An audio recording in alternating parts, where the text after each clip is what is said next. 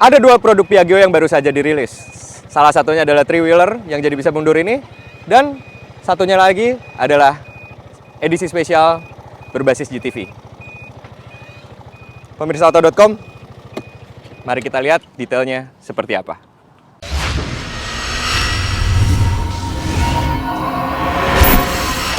Nah, kita mulai dulu dari yang spesial satu ini. Karena edisinya juga terbatas, nggak begitu banyak populasinya. Dia adalah Vespa Sei Giorni 2, melanjutkan seri 1 yang dulu pernah masuk ke Indonesia. Saya jelasin dulu, sebenarnya Sei Giorni itu apa sih? Jadi gini, Sei Giorni itu bahasa Italia, kalau di bahasa Inggrisin itu artinya 6 days. Makanya kenapa ada angka-angka 6 di tubuh motor ini. Nah, apa sih sakralnya angka 6 itu? Jadi, dulu waktu tahun 50-an, Vespa tuh pernah ikut balap enduro atau balap durabilitas selama 6 hari dan produknya memenangkan perlombaan tersebut. Nah, pada waktu itu, unit yang dipakai adalah Vespa Douglas yang lampunya ada di bawah bumper persis seperti motor yang ada di depan saya. Nah, karena GTV itu merupakan suksesornya dari Vespa Douglas yang lampunya di bawah itu, tentunya Sei Giorni pas banget diterjemahkan ke basis GTV ini. Jadi jangan samakan dengan Vespa GTS, ini beda total, terutama di bagian fasad sana. Oke, ini sebenarnya bukan barang baru juga, Sei Giorni udah ada yang edisi 1 beberapa tahun lalu. Terus bedanya apa aja sih sebenarnya di Sei Giorni seri 2 ini? Oke, sepintas mungkin kalian nggak bisa bedain mana yang seri 1 atau seri 2. Tapi kalau misalnya dilihat lebih detail, itu jauh berbeda. Pertama, di fisiknya, warnanya sekarang lebih gelap daripada yang edisi lalu. Meskipun sama-sama di finishing doff. Dari depan ke belakang dan masih tetap pakai stiker-stiker 6 di sekeliling bodinya. Yang kedua, yang paling penting selain aksesori adalah jeroannya diganti total. Nggak lagi pakai basis GTV 250 yang 250 cc dulu itu. Sekarang pakai mesin HP 300 yang persis nempel di GTS 300 Supertech. Seperti apa spesifikasinya? Kayak gini nih.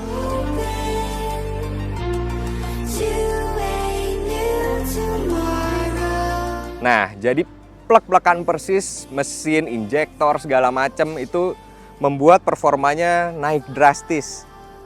Tapi perbedaan kentara dengan si GTS Supertech itu satu, panel instrumennya dia masih analog. Jadi dia mempertahankan gaya klasik dan tentunya pakai stang telanjang kayak gini, persis Vespa-Vespa zaman dulu. Yang kedua, panel meter digital itu benar-benar absen, cuman ada jam aja di sini dan beberapa sensor. Dan yang ketiga adalah hilangnya fitur ASR. ASR itu seperti yang kita tahu adalah anti-slip regulation yang fungsinya sama seperti kontrol traksi. Jadi mesin ini benar-benar menerjemahkan daya ke roda belakang secara langsung tanpa ditahan-tahan oleh sistem elektronik. Sekarang kita lihat lebih dekat deh desainnya. Ini yang saya bilang lampunya ada di atas bumper mirip sama Vespa di tahun 50-an yang kerap kali disebut Douglas. Ini itu basisnya dari GTV lama. Tapi di shield depan sini ada revisi tentunya mengikuti arah gaya Vespa hari ini. Kalau dulu kan GTV itu pesek banget hidungnya, sekarang jadi mancung, ada dasi ini beserta lubang-lubang klakson ini yang sangat-sangat menyudut, bentuknya memperlihatkan kesan-kesan agresif. Oh iya, nih, saking klasiknya, Vespa juga belum mengkonversi bohlamnya jadi LED, masih tetap pakai halogen, tapi saya nggak begitu peduli juga dengan itu karena segmentasi motor ini berbeda. Nah, karena lampunya di bawah sini kan di sebelah sini jadi kosong. Vespa naro semacam aksesori gitu, windshield yang bentuknya minimalis, walaupun nggak begitu berfungsi tapi mempercantik sih tampilan fasad Sei Giorni edisi 2 ini. Lanjut lagi, dia memakai jok model single seat yang tengahnya pakai bahan apa ya ini, kayak bludru gitu, dan sisi-sisinya pakai kulit halus biasa. Ini simple tapi keren banget, sporty dan nggak kelihatan rame gitu walaupun temanya tema balap. Oke, jadi spesifikasinya Sei Giorni 2 ini berubah total dari yang versi lalu. Mesinnya berganti titel jadi HPE atau High Performance Engine, adalah basis yang sama dengan Vespa GTS 300 Supertech. Artinya memiliki persepsi ubahan serupa pula. Persisnya, volume silinder bersih jadi 278 cc SOHC 4 katup. Namun, ada sedikit diferensiasi perolehan output ketimbang GTS 300. Di Supertech itu total menghasilkan 23,4 horsepower di 8.250 rpm dan torsi 26 Nm pada 5.250 rpm. Sementara yang satu ini, Seigyorni 2, pabrik mengatakan daya maksimalnya 22,7 horsepower di 8.500 rpm serta torsi 25,5 Nm pada 5.500 rpm. Selisihnya memang hanya dalam hitungan desimal serta memiliki pencapaian output pada putaran lebih tinggi. Entah bagian mana yang berbeda, jujur kami belum mendapat informasi sedetail itu. Tapi saat dicoba langsung, rasanya sangat-sangat memukau. Adanya selisih daya itu sama sekali nggak kerasa, justru mesinnya seperti lebih beringas. Seketika setelah selongsong diputar habis, tenaganya keluar semuanya. Tajam banget. Bahkan saat di putaran atas, nggak kerasa flat sama sekali. Kenapa bisa gitu? Jadi gini, nyatanya ada variabel penting di sini. Seigyorni hadir tanpa ASR atau Anti-Slip Regulation, yang dalam bahasa umumnya adalah kontrol traksi. Jadi ekstraksi tenaga secara langsung diterjemahkan ke roda belakang tanpa diganggu komputer sama sekali. Lebih penting lagi, dashboardnya konvensional memakai model analog dan digital yang minimalis. Plus, stang dibiarkan telanjang tanpa dibungkus cover apapun. Jadi mungkin hal itu ikut memengaruhi kenapa rasanya si GTV ini lebih enteng untuk dibawa ngebut. Soal impresi menikungnya kurang lebih sih sama GTS Supertech. Suspensi cukup memuaskan waktu dibawa manuver tajam, empuk, tapi nggak terlalu empuk juga, jadi pas lah. Sehingga nggak begitu limbung. Toh konfigurasi kaki-kakinya juga memang sama, pakai helical spring di depan dan 2 shock breaker belakang dengan 4 setelan. Hanya saja posisi titik berat di belakang memang agak lama merespons kala hendak menuntaskan tikungan, khas banget Vespa ya. Kalau soal deselerasi, kami kira juga beda-beda tipis sama GTS Supertech. Komponen rem merupakan kombinasi 2 cakram 220 mm depan belakang menempel di roda yang 12 inci ini.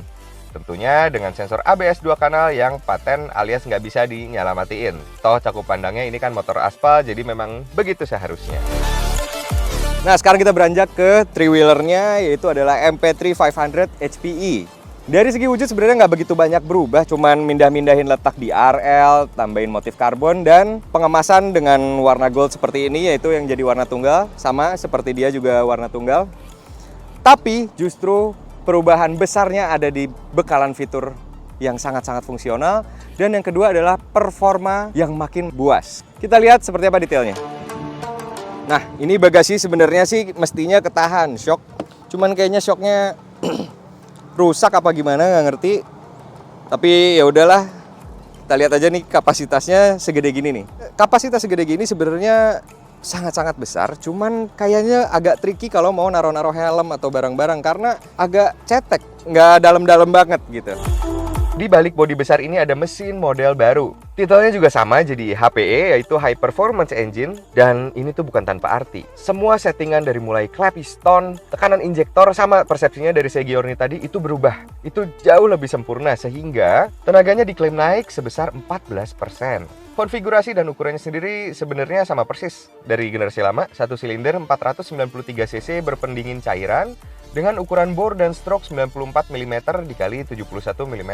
Tampak serupa kan dengan generasi yang kemarin yang beredar di Indonesia itu. Namun ketika melirik catatan daya kudanya, dia meningkat jadi 44,2 horsepower di 7.750 rpm dan torsi 47,5 Nm di 5.500 rpm. Dan mengenai penyalurnya, masih sama memakai CVT ke roda belakang. Sementara respons putaran gas disempurnakan lewat sistem ride-by-wire, sekaligus membuatnya punya 2 mode berkendara, yaitu adalah Eco dan Standard.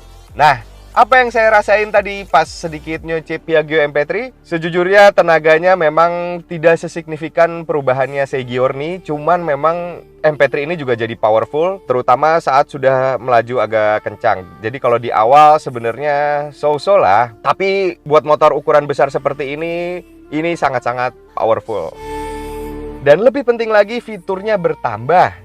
Hal paling dibutuhkan skuter jenis begini adalah gigi mundur, lantaran bobotnya begitu berat serta memiliki dimensi yang sangat besar. Piaggio cukup peka atas problematika terkait dan memasangkannya di generasi teranyar MP3 ini. Pemindah modenya ada di saklar sebelah kiri situ, ada drive dan reverse. Berbentuknya kayak saklar-saklar biasa di area dashboard motor. Namun perlu dipahami, ketika mengganti ke opsi mundur, bukan tuas gas yang diputar, melainkan menekan switch starter dan seketika MP3 pun mundur perlahan. Praktis dikala harus berputar arah maupun keluar dari area yang sempit. Mengingat radius putarnya ya nggak kecil-kecil amat kan soalnya. Sementara pengunci dua roda depan tetap sama, bisa dioperasikan lewat tombol elektronik juga. Jadi tatkala hendak berhenti, tinggal membuat ancang-ancang menekan tombol pengunci supaya tak perlu turun kaki. Di keadaan seperti itu, motor bisa berdiri stabil tanpa penopang apapun. Komplit beserta rem tangan agar lebih aman lagi. Mekanisme suspensi depan tetap mempertahankan model paralelogam dengan 4 lengan. Bagusnya MP3, suspensi hidrolisnya independen kiri kanan. Ketika salah satu roda menginjak lubang sementara satunya tidak, seharusnya tidak mempengaruhi satu sama lain. Beda dengan milik Peugeot yang hanya mengandalkan shock horizontal di tengah. Barang baru di area kaki-kaki justru terletak di belakang. Kini 2 shock breaker dibuat oleh Kayaba. Terdapat 4 setelan preload yang bisa disetting manual, sementara jarak mainnya mencapai 108 mm. Buat MP3 ini kenaikan harganya lumayan signifikan sebenarnya. 2 tahun ke belakang MP3 500 bisnis itu dipasarkan mulai 280 jutaan. Sekarang skuter 3 roda ini baru bisa ditebus sekitar 360 juta on the road Jakarta. Alias ada peningkatan 80 juta dari sekitar 2 tahun ke belakang ya. Nah, jadi gimana nih? Sekarang si MP3 ini harganya di kisaran 360 juta on the road Jakarta, yang artinya kurang lebih mirip lah sama si Kuder, tapi dengan fitur yang jauh-jauh lebih lengkap. Saya penasaran banget sih gimana ini kalau dibawa jarak jauh, dibawa touring, kayaknya enak banget soalnya joknya juga baik penumpang maupun pengemudi itu punya sandaran panggul, jadi nggak akan cepat pegel. Dan yang kedua, tentunya nggak perlu banyak turun kaki karena ini motor bisa stabil dikunci suspensinya. Sementara Segiorni harganya itu 155 juta on the road Jakarta, yang artinya turun 30 jutaan dari versi yang kemarin. Ini juga sangat-sangat menarik, apalagi memang populasinya bakal terbatas, nggak sebanyak yang lain, dan pantas banget jadi barang koleksi. Jadi kalian suka yang mana nih? Terima kasih sudah menyaksikan channel Oto.com, jangan lupa di subscribe, komen, dan diskusi di bawah sini. Jangan lupa juga di like videonya, dan jangan pada malas baca ya. Buka website kami di www.oto.com untuk baca review selengkapnya yang lebih detail lagi, supaya kalian tahu seperti apa spesifikasi lengkapnya dua motor ini. Terima kasih.